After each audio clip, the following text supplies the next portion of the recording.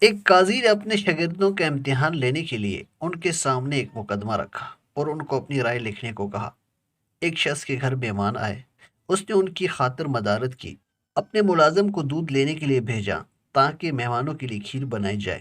ملازم دودھ کا برتن سر پر رکھے آ رہا تھا کہ اوپر سے ایک چیل گزری جس کے پنجوں میں سانپ تھا۔ سانپ کے منہ سے زہر کے قطرے نکلے جو دودھ میں جا گرے۔ مہمانوں نے کھیر کھائی تو سب ہلاک ہو گئے۔ اب اس کا قصوروار کون ہے؟ پہلے شاگرد نے لکھا کہ یہ غلطی ملازم کی ہے، اسے برتن ڈھانپنا چاہیے تھا، لہذا مہمانوں کا قتل اس کے ذمہ ہے، اسے سزا دی جائے۔ قاضی نے کہا یہ بات درست ہے کہ ملازم کو برتن ڈھانپنا چاہیے تھا، لیکن یہ اتنا بڑا قصور نہیں کہ اسے موت کی سزا دی جائے۔ دوسرے شاگرد نے لکھا کہ اصل جرم گھر کے مالک کا ہے، اسے پہلے خود کھیر چکھنی چاہیے تھی، پھر مہمانوں کو پیش کرنی چاہیے تھی۔ قاضی نے یہ جواز بھی مسترد کر دیا۔ تیسرے نے لکھا یہ ایک اتفاقی واقعہ ہے، مہمانوں کی تقدیر میں مرنا لکھا تھا، اس میں کسی کو سزاوار قرار نہیں دیا جا سکتا۔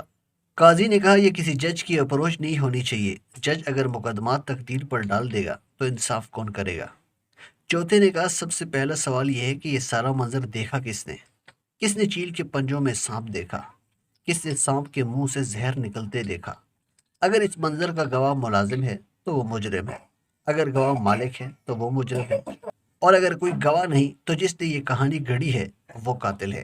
قاضی نے اپنے چوتھے شاگرد کو شاباش دی اور صرف اسے منصب قضا کا اہل قرار دیا۔